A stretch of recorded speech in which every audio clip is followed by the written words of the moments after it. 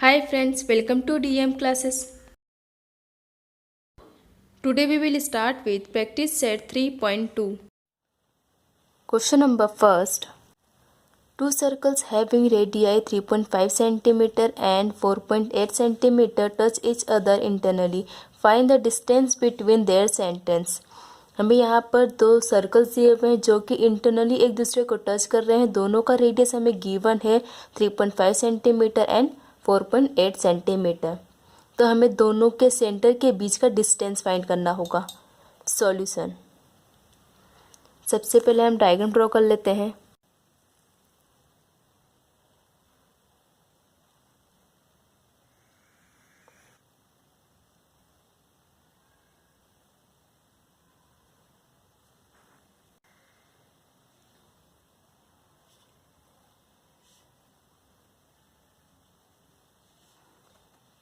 P Q and are.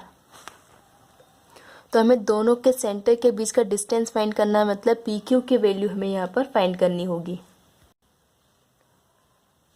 Let the two circles having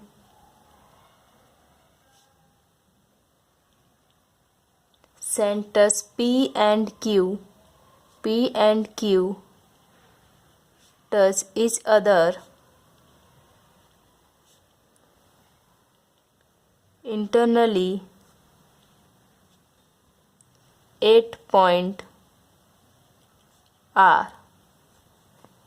Here दोनों ही circles internally touch होते हैं किस पर? पॉइंट आर पर.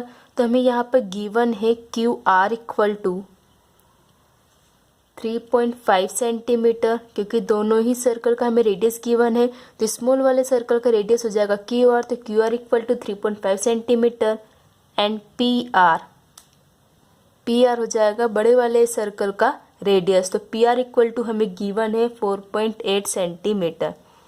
ध्यान रखिएगा यहाँ पर मैंने जो डायग्राम ड्रॉ किया ये मेजर करके ड्रॉ नहीं किया है, ऐसे ही ड्रॉ किया हुआ है. The two circles touch each other internally. Therefore, by theorem of touching circle,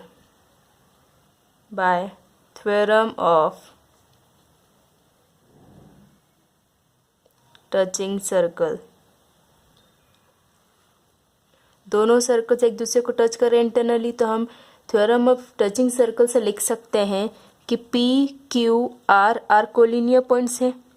क्योंकि हमेशा टचिंग सर्कल में जो पॉइंट्स आते हैं वो कोलिनियर पॉइंट्स होते हैं. तो यहाँ पर P Q R collinear points हो जाएंगे. Therefore P Q equal to P R minus Q are.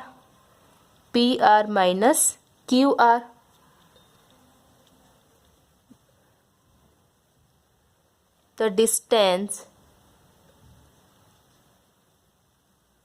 between the centers of circles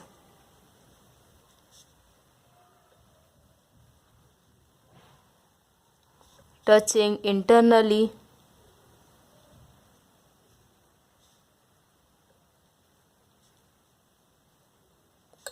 is equal to the difference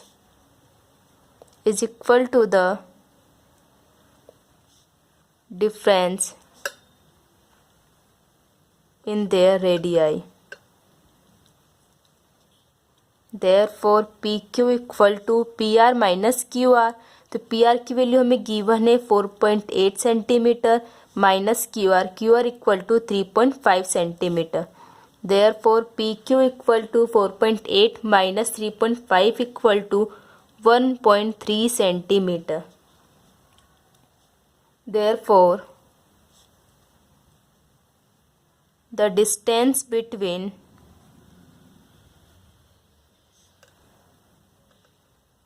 the centers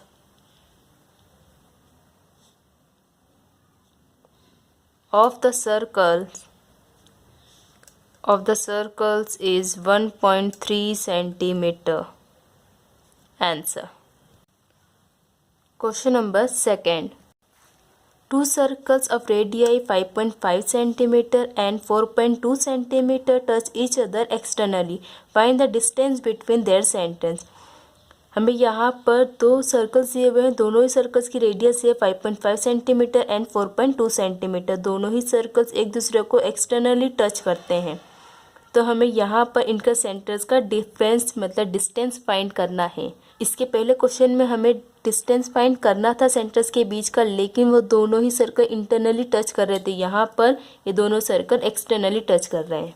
हम सबसे पहले डायग्राम ड्रॉ कर लेते हैं। तो क्वेश्चन के अकॉर्डिंग हमें सबसे पहले दो सर्कल ड्रॉ करने हैं जो कि एक दूसरे को एक्सटर्नली टच कर रहे हैं।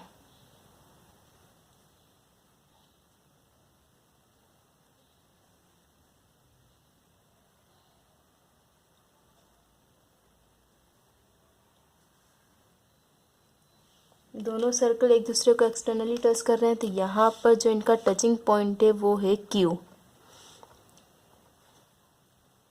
P एंड R दोनों ही सेंटर हो जाएंगे।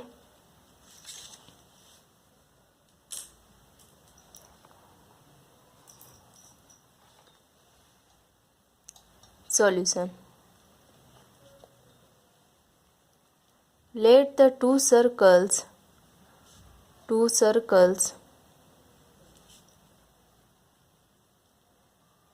having centers P and R touch each other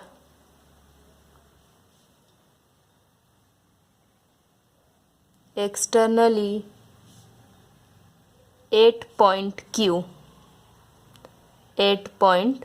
Q। Here हमें यहाँ पर दोनों ही सर्कल के रेडियस की वैल्यू गिवन है। तो बड़ा वाला जो सर्कल है उसका हमें रेडियस गिवन है 5.5 सेंटीमीटर।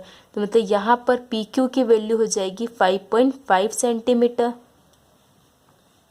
और क्यू आर स्मॉल सर्कल का जो रेडियस है वो हमें गिवन है 4.2 centimetre.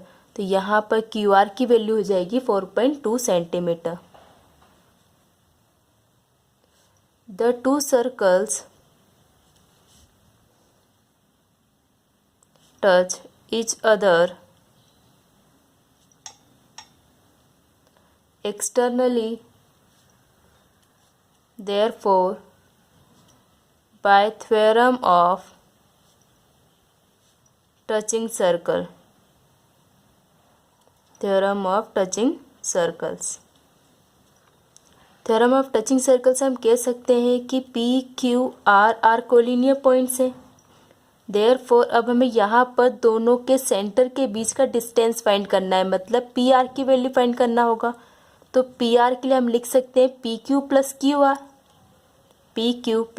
Q R equal to P Q की वैल्यू हमें गिवन है 5.5 centimetre plus Q R equal to 4.2 centimetre equal to 5.5 plus 4.2 centimetre equal to 9.7 centimetre. Therefore P R equal to 9.7 centimetre.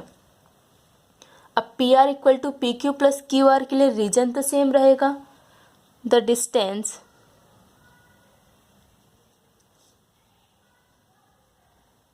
Between the centers of the circles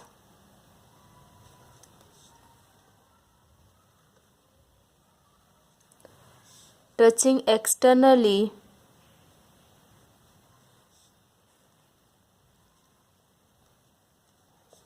is equal to the sum of their radii.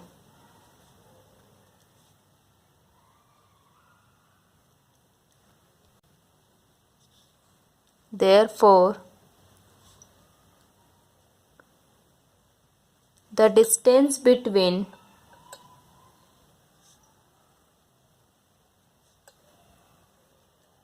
the centers of the circles is 9.7 centimeter. Answer. Question number 3. If radii of two circles are 4 centimeter and 2.8 centimeter, draw figure of these circles touching each other. हमें दो circles draw करने हैं जिसका radius 4 centimetre और 2.8 centimetre है, तो externally और internally touch करते हुए हमें दोनों सर्कल्स ड्रॉ करने होंगे. First, externally.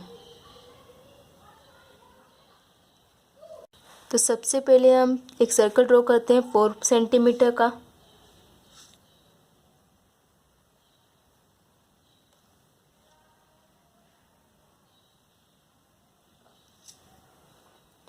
अब सेकंड सर्कल है 2.8 सेंटीमीटर. एक्सटर्नल टच करना मतलब यहाँ से हमें उस सर्कल को ड्रॉ करना होगा 2.8 सेंटीमीटर.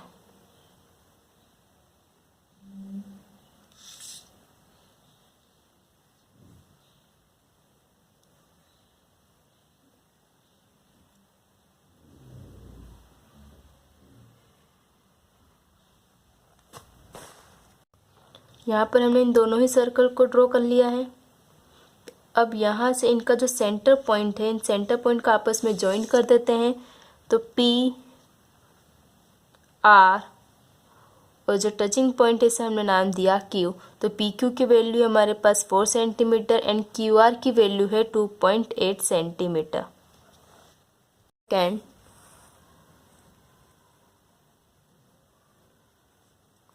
Circles touching internally.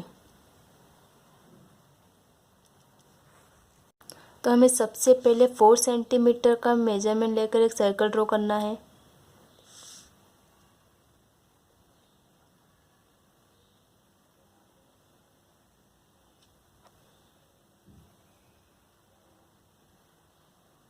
फिर उसके बाद जो सेकंड सर्कल है उसका मेजरमेंट है हमारे पास 2.8 centimetre.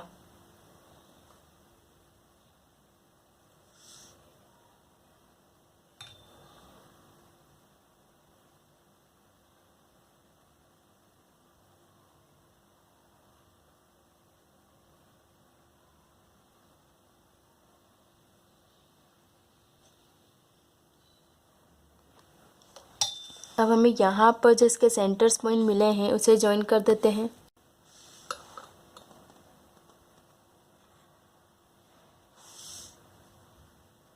P R and Q. तो QR की वैल्यू 2.8 सेंटीमीटर एंड PQ की वैल्यू है 4 centimetre. Question number 4. In the adjoining figure, the circles with centers P and Q touch each other at R. दो circles हैं जिसके centre P and Q है, दोनों ही circles point R पर touch हो रहे हैं. A line passing R meets the circles at A and B respectively. यहाँ से हमें एक लाइन ड्रॉ करनी है जो कि सर्कल्स को A and B पर टच हो रहे हैं.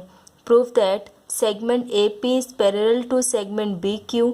Second, triangle APR is similar to triangle RQB and find angle RQB, जबकि हमें एंगल PAR की वैल्यू गिवन है 35 डिग्री. तो हम सबसे पहले डायग्राम ड्रॉ कर लेते हैं.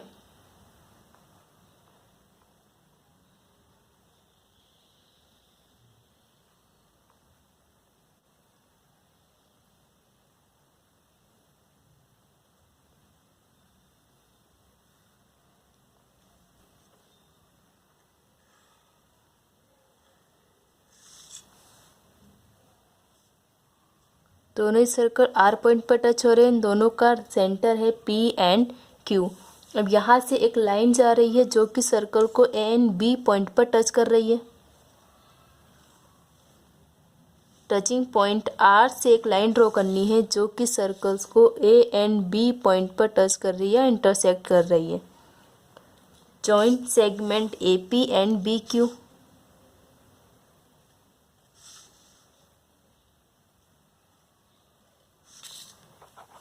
अब हमें यहाँ पर इन तीनों की वैल्यू फाइंड करनी होगी.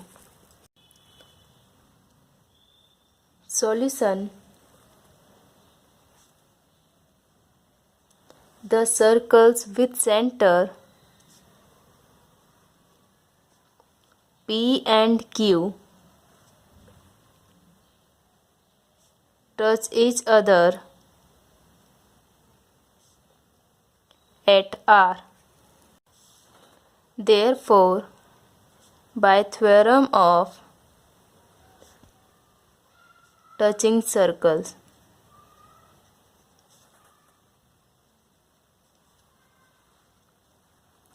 थ्योरम ऑफ टचिंग सर्कल्स हम कह सकते हैं P R Q R collinear points. P R Q R collinear points first. अब फर्स्ट में हमें फाइंड करना है कि segment A P is parallel to segment B Q. A P parallel है बी क्यू के। तो यहाँ पर हमें दो ट्रायंगल्स मिल रहे थे, हम ट्रायंगल्स ले लेते हैं P A R. In triangle P A R segment P A equal to segment P R. Segment P A equal है किसके? सेगमेंट पी आर के, क्योंकि दोनों ही रेडियस है इस सर्कल के, तो same radius of circle by radii of the same circle. एक ही सर्कल के दो रेडियस हैं, तो radii of the same circle से हम दोनों को इक्वल बता सकते हैं। Therefore angle P R A equal है एंगल पी ए आर के। Angle P R A, angle P R A, angle R equal है एंगल पी ए आर के। एंगल पी ए आर के, ये दोनों एंगल्स इक्वल हो जाएंगे क्योंकि दोनों साइड्स इक्वल है, तो इन दोनों साइड्स के अपोजिट वाले एंगल्स भी इक्वल हो जाएंगे। यहाँ पर एंगल ए इक्वल हो जाएगा एंगल आर के। It is denoted by first equation by isosceles triangle theorem.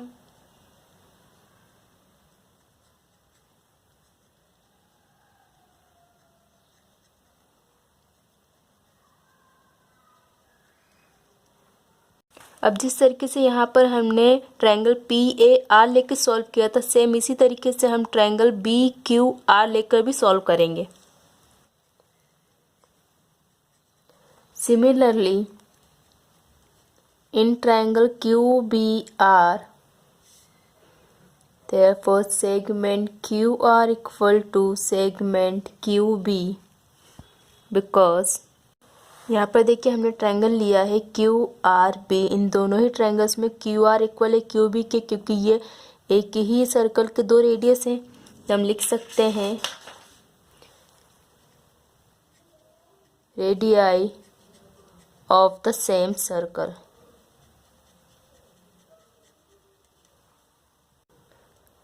Therefore angle RPQ equal to is congruent to angle QRP. Angle RBQ, RBQ equal है किसके? एंगल QRP के। QRP के मतलब ये दोनों एंगल आपस में इक्वल हैं, क्योंकि ये दोनों साइड्स आपस में इक्वल हैं, जिनके अपोजिट एंगल्स भी इक्वल हो जाएंगे बाय आइसोलेसिस ट्रायंगल थ्योरम से। It is denoted by second equation by isosceles triangle theorem.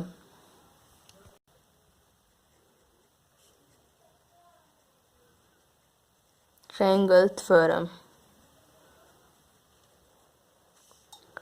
But angle PRA is congruent to angle QRB. It is denoted by third equation. अब यहाँ पर देखिए ये दोनों एंगल आपस में इक्वल है और ये दोनों एंगल आपस में इक्वल है, तो हम लिख सकते हैं angle P R A, angle P R A equal है किसके? एंगल क्यू आर पी के। क्यू आर पी के, क्योंकि ये दोनों ही देखिए एंगल वर्टिकल अपोजिट एंगल हो जाएंगे, क्योंकि ये क्रॉस बन रहा है। क्रॉस के अदर साइड जो एंगल्स होते हैं उसे हम क्या कहते हैं? Vertically opposite angles. तो हम यहाँ पर इन दोनों एंगल्स को इक्वल बता सकते हैं by vertically opposite angle.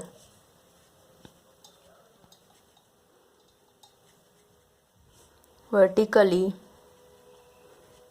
opposite angles.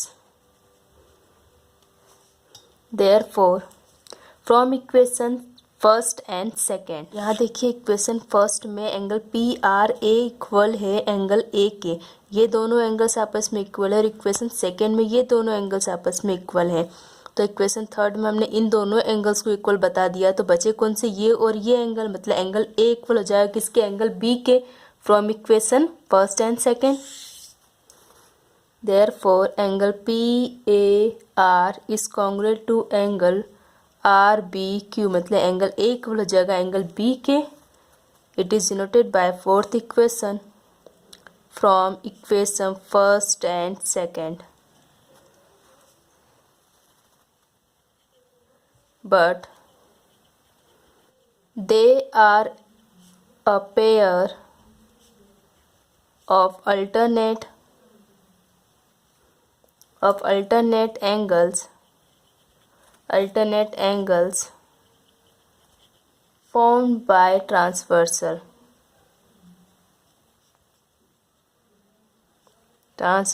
AB on segment AP and segment BQ. यहाँ पर देखिए हमने form equation first and second से बताया है कि एंगल A इक्वल है किसके, एंगल B के. तो यहाँ पर एंगल A इक्वल है B के, लेकिन AB एक ट्रांसवर्सल लाइन हो रही है, तो यहाँ पर A and B alternate angle भी हो सकते हैं.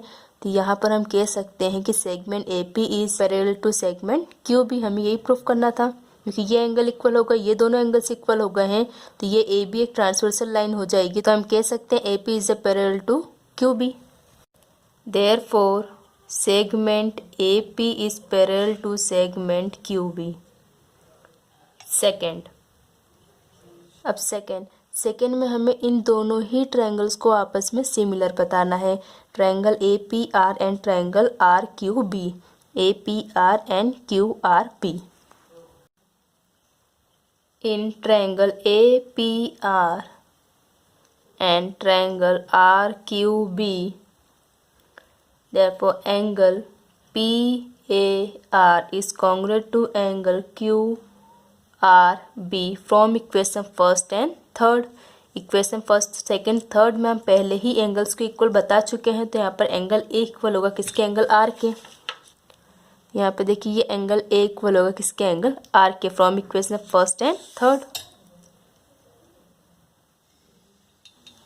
From equation first and third. And angle APR is congruent to angle RQB by alternate angle.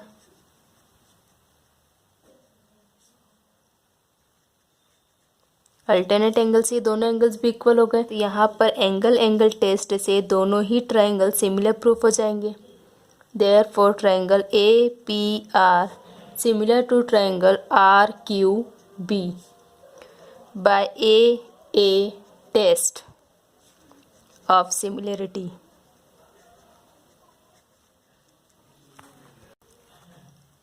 अब थर्ड में हमें फाइंड करना है एंगल RQB की वैल्यू.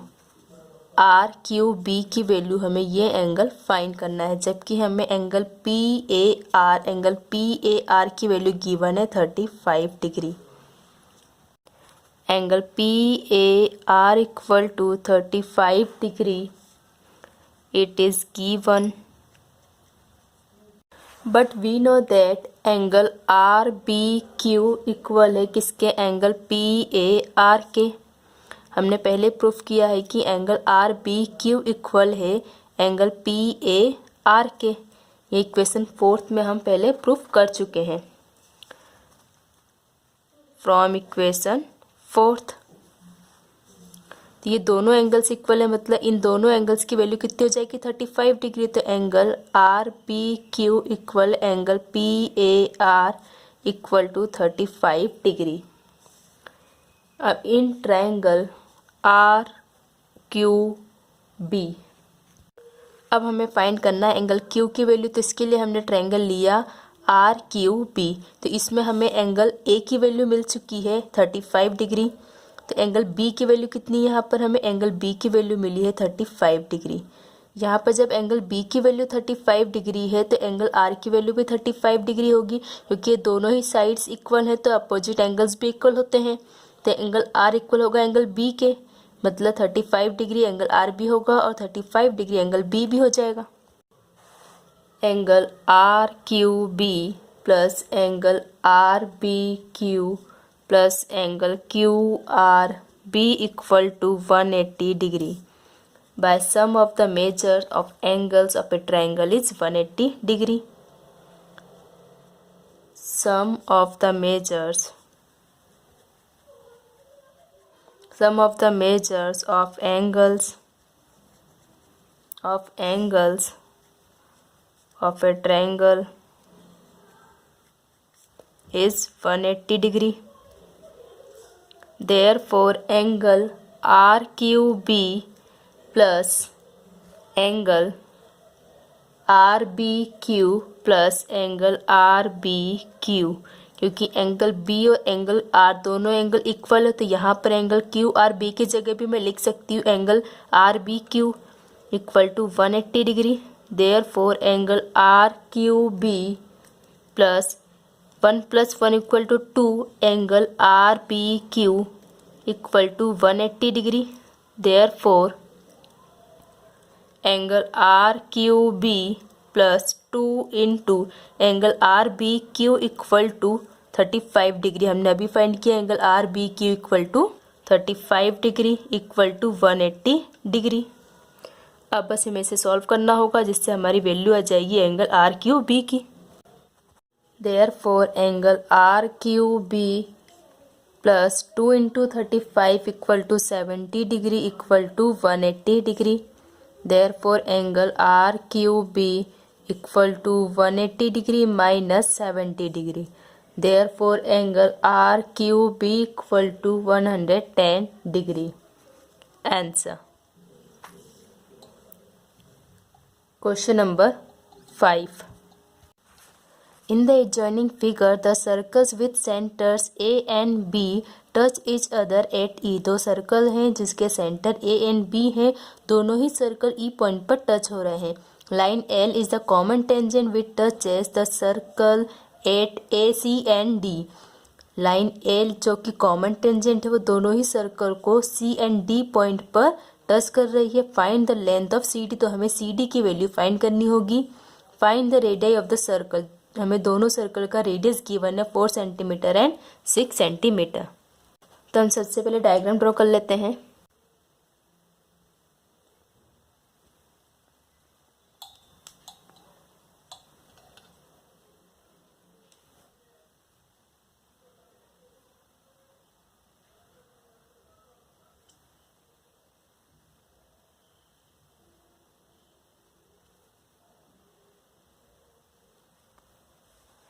यहाँ पर हमें गिवन है कि दोनों ही सर्कल के जो सेंटर है वो हैं A एंड B, दोनों ही सर्कल E पॉइंट पर टच हो रहे हैं.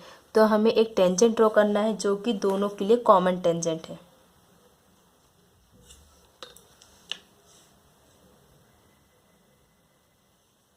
तो ये जो टेंजेंट है ये टेंजेंट सर्कल को C और D पॉइंट पर टच कर रहे हैं.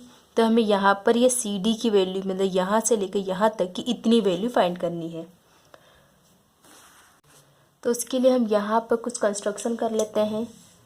Joint segment AC and DB also AB.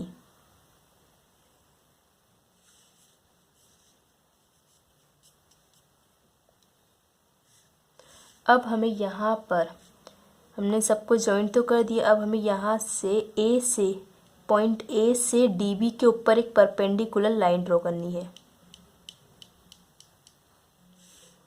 जो कि F पॉइंट पर आकर मिल रही है. Solution. First,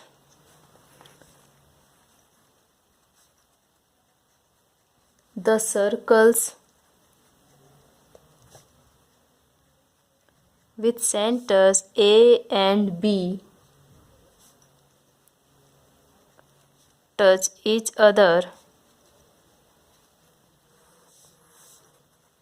at E. Therefore, by theorem of touching circles, by theorem of touching circles, theorem of touching circles हम कह सकते हैं कि तीनों ही पॉइंट्स कोलिनियर हैं. Therefore A, E, B are collinear points Therefore angle ACD equal to angle BDC equal to 90 degree. तो angle C and angle D दोनों पे ही जो एंगल बनेंगे 90 डिग्री के एंगल रहेंगे, क्योंकि AC एंड DB दोनों ही सर्कल के रेडियस हैं और रेडियस हमेशा टेंजेंट के ऊपर परपेंडिकुलर होते हैं। तो AC is the perpendicular of CD and DB is the perpendicular of CD। तो यहाँ पर angle C and angle D equal हो जाएंगे किसे, 90 डिग्री के, bye tangent theorem, bye tangent theorem. And therefore angle AFB equal to angle AFD equal to 90 degree. ये हमने construct किया है, तो बाय कंस्ट्रक्शन से एंगल F को हम बता सकते हैं कि वो 90 डिग्री का है। Therefore अब यहाँ पर देखिए, जब हमने एक परपेंडिकुलर लाइन ड्रॉ करा है तो AFDC एक क्वाड्रिलेटरल हो गया है। क्वाड्रिलेटर के यहाँ पर हमने तीनों ही एंगल्स को 90 डिग्री बता दिया, तो जो फोर्थ एंगल है वो फोर्थ एंगल भी 90 डिग्री का होगा, क्योंकि चारों एंगल्स को जब हम ऐड करेंगे तो 360 होना चाहिए। तो 90 प्लस 90 180, 180 प्लस 90 270, यहाँ पर 90 ऐड कर देंगे तो कितना हो जाएगा 360। Therefore angle CAF equal to 90 degree because remaining angle of quadrilateral AFDC, remaining angle of quadrilateral AFDC, therefore AFDC is a rectangle, is a rectangle. अब यहाँ पर देखिए, चारों एंगल जब हम 90 डिग्री बता चुके हैं, जब भी किसी क्वाड्रिलेटरल के चारों एंगल्स इक्वल होते हैं, मतलब 90 डिग्री के होंगे, तो वो एक रेक्टेंगल होता है। तो मतलब यहाँ पर AFDC एक रेक्टेंगल हो गया है। और रेक्टेंगल की प्रॉपर्टी क्या होती है कि अपोजिट साइड्स आर इक्वल। तो यहाँ पर AC इक्वल होगा DF के एंड AF इक्वल होगा CD के। Therefore AC equal to DF equal to 4 centimetre, क्योंकि यहाँ पर हमें सर्कल का रेडियस गिवन है 4 सेंटीमीटर एंड 6 सेंटीमीटर। तो AC कितना है 4 सेंटीमीटर। तो AC इक्वल टू DF है, क्योंकि अपोजिट साइड्स आर इक्वल। तो यहाँ पर DF की वैल्यू भी कितनी हो जाएगी 4 सेंटीमीटर। तो AC equal to DF equal to 4 centimetre because opposite sides of a rectangle.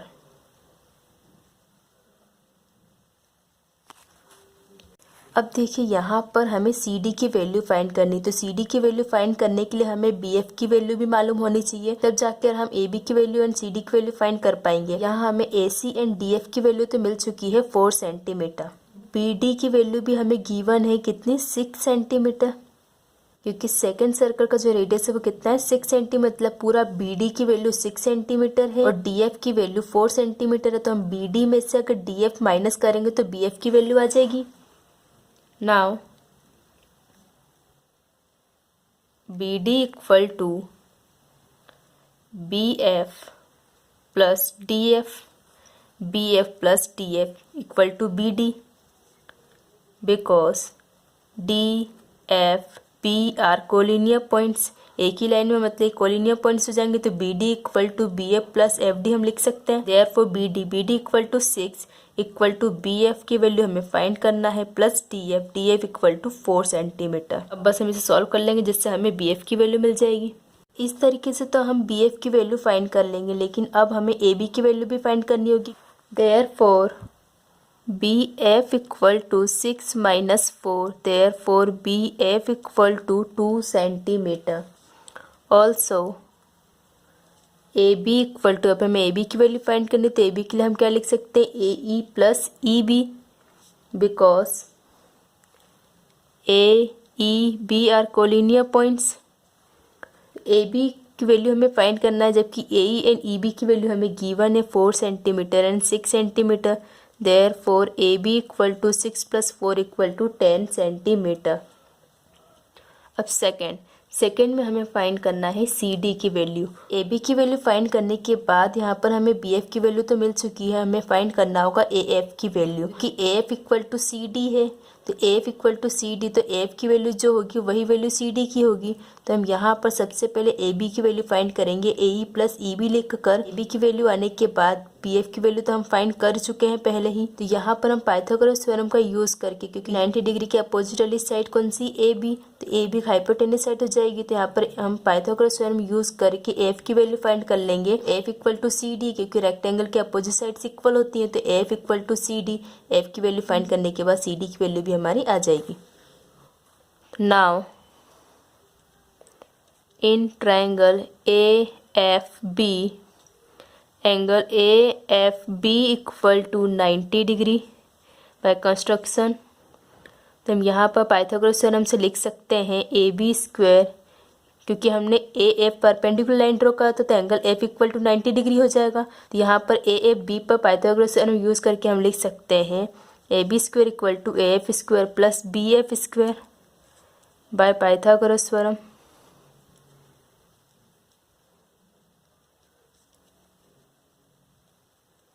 By Pythagoras theorem, therefore AB square means 10 square equal to AF square। AF square की वैल्यू हमें find करना है plus BF square, BF की value हमने find की है 2, तो 2 square.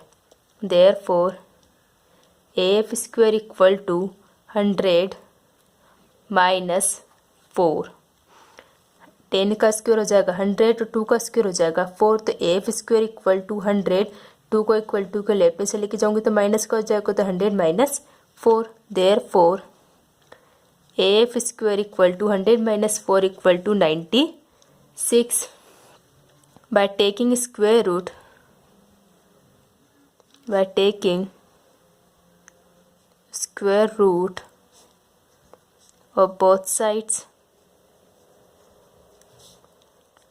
therefore root AF square equal to root 96, square से root cancel. therefore AF equal to root 96 को मैं लिख सकती हूँ 16 into 6। 16 into 6 means 4 square into 6। therefore AF equal to, यहाँ 4 रूट के बाहर आ जाएगा तो आंसर क्या बचेगा 4 root 6 centimetre. But C D equal to A F, C D की वैल्यू ए एफ के इक्वल है, because opposite side of a rectangle. Therefore C D equal to, जब A F equal to C D है तो A F की value 4 root 6 है, तो सी D की वैल्यू भी हो जाएगी 4 root 6 centimetre. Answer. Thank you. Please subscribe my channel and press the bell icon.